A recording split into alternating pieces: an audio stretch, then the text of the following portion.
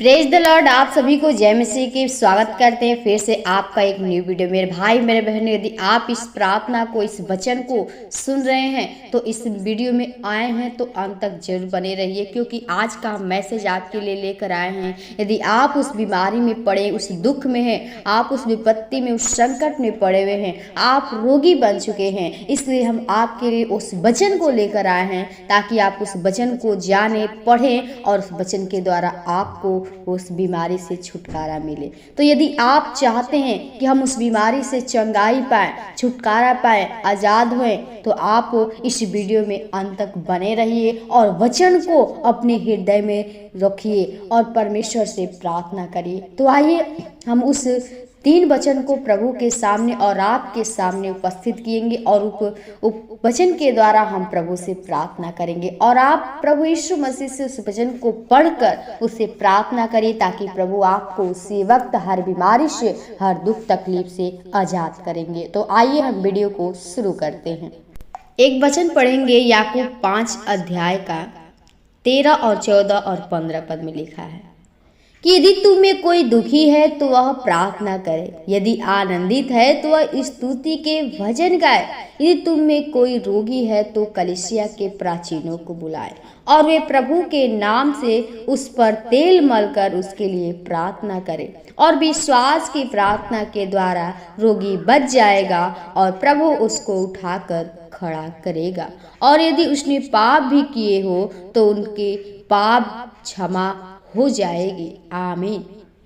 प्रियो, आपको ये वचन समझ में आ गई होगी, क्योंकि जो हमें परमेश्वर का वचन याकूब सिखाता है कि जो कहता है कि यदि तुम में कोई दुखी है तो वह प्रार्थना करे, यदि आनंदित है तो स्तुति के भजन का। यदि आप उस बीमारी में हैं, आप दुख समस्या में हैं, आप बड़ी से बड़ी मुश्किल में पड़े हुए हैं, तो प्रियो हर बातों में प्रभु को धन्यवाद के साथ उससे प्रार्थना करिए, क्योंकि जो व्यक्ति प्रभु से प्रार्थना करता है, प्रार्थना के द्वारा सब कुछ संभव है। आप प्रार्थना के द्वारा सब कुछ कर सकते हैं, क्योंकि प्रार्थना ऐसी शक्ति है, ऐसा बल ताकत है जो आपको शैतान से लड़ सकते हैं। इसलिए मेरे भाई मेरे बहनों, आप प्रभु के वचन को अपने हृदय में रखिए और जो लिखा है उस वचन के अनुसार आप दुखी हैं तो प्रार्थना अवश्य करिए। और लिखा है कि यदि आनंदित है तो स्तुति के भजन गाए। यदि आप आनंदित हैं, आप खुश हैं, तो आप प्रभु के भजन करिए, प्रभु में लीन होइए। और यदि कोई रोगी है तो वह कलीसिया के प्राचीनों को बुलाए। यदि आप में से कोई रोगी है तो अपने दास को, जो परमेश्वर ने उन्हें ठहराया है, उनको जो चुना है अपने कार्य के लिए, तो उनको बुलाइए ताकि वो आपके लिए प्रार्थना कर सके। वो यीशु के नाम से आपके सर पर तिल रखकर प्रार्थना करे। और कहता है प्रियो कि और विश्वास की प्रार्थना के द्वारा रोगी बच जाएगा और प्रभु उसको उठाकर खड़ा करेगा। हालेलुया। प्रियो, हमारा विश्वास हमारा कैसा होना चाहिए? जो हमारा विश्वास है उसको मजबूत करना है।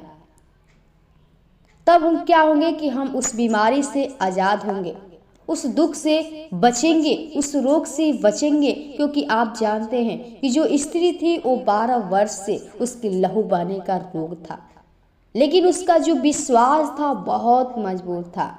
वो यीशु मसीह पे विश्वास की थी कि मैं उसके वस्त्र को छू लूंगी तो मैं चंगी हो जाऊंगी।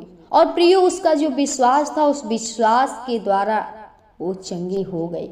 यीशु मसीह के वस्त्र छूते ही उसका जो लहू बहना था वो रुक गया। तो आप प्रियो अपने जीवन में प्रभु का जो विश्वास है दृढ़ करिए, मजबूत करिए और विश्वास के साथ उसे प्रार्थना करिए। प्रभु आपको उस रोग से, उस बीमारी से आपको बचाएंगे। और आपको उस, अगर खटिए पे पड़े हैं, आप उस चारपाई पे पड़े, तो आपको उठाकर खड़ा करेगा।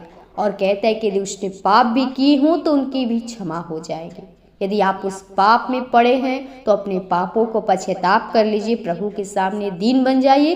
प्रभु आज ही आपको उस पाप से आजाद कर देंगे, आपको एक आनंदित जीवन देंगे। तो इसलिए प्रियो, आप लोग प्रभु से हमेशा हर बातों के लिए प्रार्थना करिए कि प्रार्थना ही हमारे जीवन का उत्तम मार्ग है, जो प्रार्थना के द्वारा सब कुछ संभव है। इसलिए आप प्रभु से हर बातों में प्रार्थना करिए। एक बार नहीं, 2 बार नहीं, 3 बार प्रभु से प्रार्थना करिए, तो प्रभु आपकी प्रार्थना को जरूर सुनेंगे और आपको हर समस्या से बाहर निकालेंगे। इसलिए प्रियो, आप लोग प्रभु के वचन को अपने हृदय में रखिए और प्रभु से प्रार्थना करिए। तो वचन को हम यहीं विराम करेंगे। तब तक के लिए आप सभी को जय मसीह की। प्रभु आपको आशीष दे।